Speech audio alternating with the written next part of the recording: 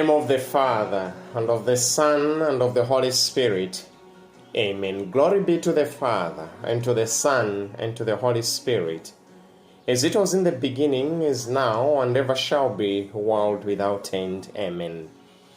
Dear Heavenly Father, we come to you this morning in adoration and in thanksgiving for the blessings we are always grateful for, especially the grace to see this day.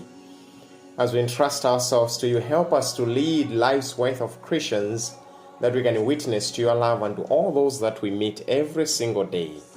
To those who are just joining us, you are with me, Father Chisomo, who is speaking direct to you from Juba, South Sudan, ready to give you the word of the Lord that he has for us. Welcome to our daily hope for today, Thursday, the 16th of September in the year 2021.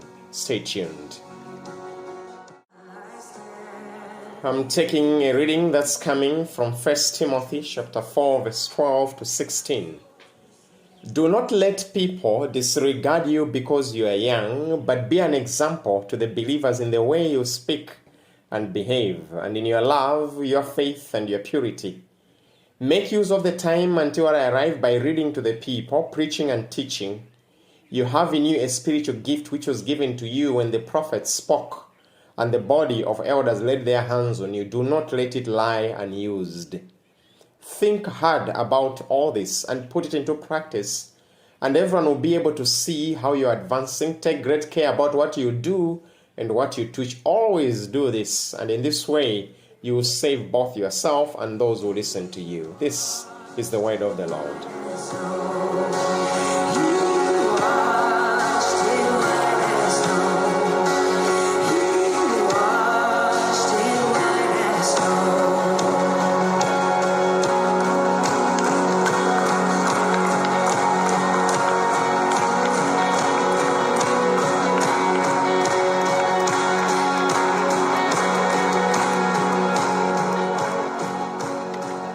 It's something that I think is of necessity, something all of us agree that the readings of today, Paul is actually telling Timothy, be an example to the believers, be an example to Catholics, be an example to your family. It's something many of us are struggling with. We like it or not, dear Christians.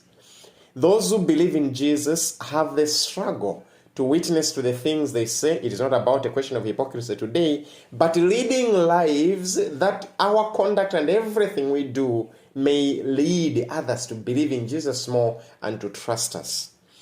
The Bible says, take great care about what you do and what you teach. Always do this. In this way, you're going to save yourself and those who listen to you. This is very, very important. Paul is saying, this is a message actually for me who is a preacher, that what I do and what I teach, I should always remember that these audios I make, they are for my own salvation, not just the salvation of those who are around me. And Paul gives us 5 areas where we are to lead an exemplary life. He says, be an example to the believers in the way you speak. That's what Paul says, in the way you speak. These are 5 areas to watch if you want to live an exemplary life. These are 5 areas to check. Words. The words you say, others say the words. The words you say should edify others. Be truthful. Inspire men and women to do good. It's always advisable to speak less and practice what you say. Jesus said that the words he speaks are spirit and life. So your words can build, can also destroy. We have been all there. I know how sometimes I've torn the lives of other people in the words I speak. Paul says, if you truly want to be an exemplary life, he says, watch what you speak. Always ask yourself, is this true? Is it helpful? Is it going to edify others? Is it going to inspire others? Is it going to build? But when we meet in our family meetings, when we meet in our churches, when we meet in our groups in WhatsApp, whatever we say is just to destroy others. Now, let me tell you the bad news. It may look like you're a champion, but bad words are like seeds planted outside there. They will get back to you. People who want to sow bad words, who want to sow insults, people want to sow anything else that does not belong to Christ, that comes back to you, and you're going to bear their consequences here and now. It's very, very important, my dear brothers and sisters, to watch over what we speak. That what we say, even in comments, at work, a simple comment about how someone is dressing can destroy them. And Paul tells Timothy, just watch what you say. Because by what you speak, people will know you're a person that is led by the Holy Spirit. Are you a person where someone has told you, I'm not happy with the way you speak? It means they're just telling you, God is telling you, you have to watch your words. Remember, out of the abundance of the heart, the mouth speaks. I would like to encourage Catholics and Christians who are listening to me now, even the words that you post on social media should reflect someone who is a Christian. The F dash whatever word that most of us put even in beautiful quotes, once you find these words that are profane, they deny and they take us away from the kingdom of God, please don't be part of this. Don't be part of this. We get them in movies and all that. Be people whose language can edify. So how you talk to people, how you approach them, how you correct them has a lot to reflect about what kind of Christian we are dealing with. Please keep this always in mind. And the Bible continues, Paul says, be an example in the way you speak, number one, and he says by the way you conduct yourself. In other words, the way you behave.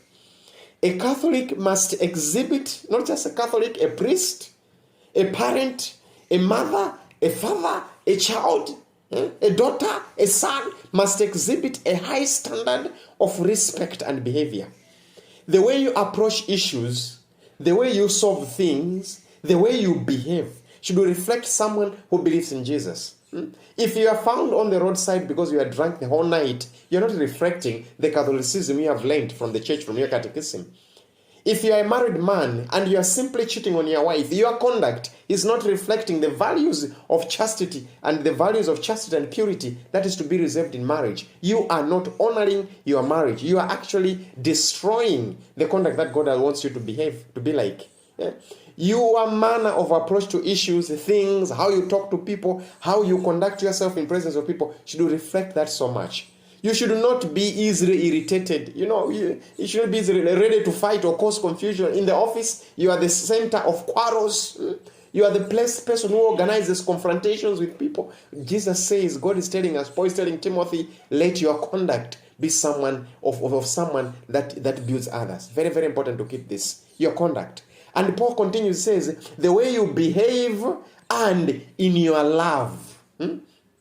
Catholics are supposed to be people who are loving machines.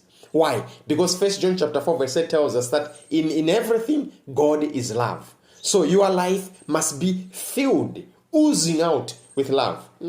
If God has shown you without any partiality that he loves you, as a Christian, you are called that to lead an exemplary life, be a loving person. Love can be feeding those who are hungry, helping people who are so broke. You give food to those who have nothing. Give water to those who give your clothing to those who are naked. Welcome the strangers. This is what Jesus has taught us. And the definition of love according to Jesus is what you find in the Gospel of Matthew, chapter 25, verse 35 to 36. Do live your religion. I don't believe in this nonsense. I'm using the word nonsense. I'm sorry to use that word. I don't believe in these teachings where people tell you your faith is enough. No, the Bible even denies that. There's a reason why Jesus says when you go to heaven, he's not going to ask you how much faith you had in believing him as Jesus as the Lord and Savior, but he's going to ask you, did you feed the hungry? So our faith without works is empty. It's not me teaching. It's in the Bible. Don't be deceived. Oh, your faith is enough to be saved and all this. No, my friend, get to work. Get to work. Love is a doing word. Love is not a concept. If I come to you, I tell you I love you, or you're everything I have no time to have dates with you. I have no time to give you something when you need me. I have no time to be there when you're in sorrow. That love is empty. Leave that place. You leave that place. If someone tells you, I love you, I love you, I love you, but in a mess, you are all alone, please, that's not where you belong. Go where you find love, and that love is actually in Jesus Christ, our Lord. And Paul continues that be exemplary in your speech, in how you speak, in how you behave, in your love, and even in your faith. Even in your faith. Last week we had a topic with the men in the Catholic, in the group Catholic Men for Christ, actually, and we are talking about this, the need to be exemplary men. We need to be exemplary men in our families, leaders in our families, the house, the husband, is the one who bonds the family. I'm talking to the men who are listening to me now. I repeat this and I'll repeat it because for me, I think this is the gospel of being a husband. The good news of being a husband. A husband is a leader of the family. I don't care how nice or how powerful your woman is, but I can tell you, I'm installing this role in your family. You are the priest in the family. You are the priest in the family. So, as revealed in Scripture, faith is to be led into our families. Not just that, but that those of you who believe as husbands, you are to lead your family into prayers. If you find yourself, your wife is the one leading the family into prayers, and you're on the other side watching Premier League, you know you are the tail of the family. You are not the head. Be leaders in faith. I share with you the faith I've received. I'm not perfect. I have my own sins. Probably some of you know it. You know me. I have my weaknesses. But you must have strong confidence in God that whatever comes in your way, that when men get to be in contact with you, they experience the love of Jesus. That's what Paul is telling us. In your faith, be an exemplary person. Show people you pray. Don't allow a meeting or a lunch, no matter how small it is, to be done without prayer. Show people in your faith. Lead by example. And finally, Paul says in your purity, a very, very important area. We have the groups Catholic Youth for Purity, and I would like to ask you to encourage you, especially parents, please send your daughters and sons there. I'm telling you, we are getting blessings from the Lord, and I can see young men committing to say, Father, I have resolved to never watch pornography. I resolve to focus on my studies. Father, I've been sleeping around. I'm living this life because I deserve better. The groups for purity are to build you. And if you can't join the groups of purity, join the mothers and then the fathers. These are the places we are experiencing the purity, the chastity that is taught by the Catholic Church. Paul says, in your purity, be an exemplary person. God wants his people to be holy. Yeah? The Bible tells us, blessed are the pure in spirit, for they shall see God. Can you imagine? Only those who are pure in spirit, in body, have the power to see God face to face. Isn't that beautiful? So, as a Catholic, you must continue to struggle and to remember it's not just your battle. It's even the battle of Father Chisomo. It's the battle of Father Eustace. It's the battle of Pope Francis to fight the struggles of the flesh daily. Yeah? By the way, someone was asking me, are you and Father Eustace coming from the same country? No, we are from the same congregation. What he studied, I studied. He's my brother. I stayed with him. I lived with him. And actually, I was inspired by him. He's a great preacher, a great man. And the Bible says, in your purity, that him, me, you, any Christian, you are called daily to live a pure and upright life. With God, everything is possible. I know I'm speaking to a man, to a woman now who is struggling with sexual sins, who is struggling with sexual thoughts, who is struggling with thoughts of impurity. I ask you to give it to God, because with God, everything is possible. Isaiah chapter 35 verse 8 says, God dwells in a holy place, and nothing unclean shall come near him. God's dwelling place is holy. Therefore, let's go to the Lord with holiness. Are you desiring to be an exemplary Catholic? An exemplary, follow these 5 ways and means that Paul has taught us. Remember, in how you speak, how you behave, how you love, how you live your faith, and how you make your purity a reality.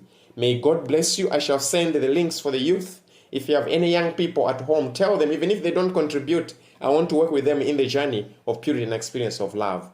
May God bless you in the name of the Father, and of the Son, and of the Holy Spirit. I may never, never forget that Jesus is with us and is never going to leave us alone. Amen.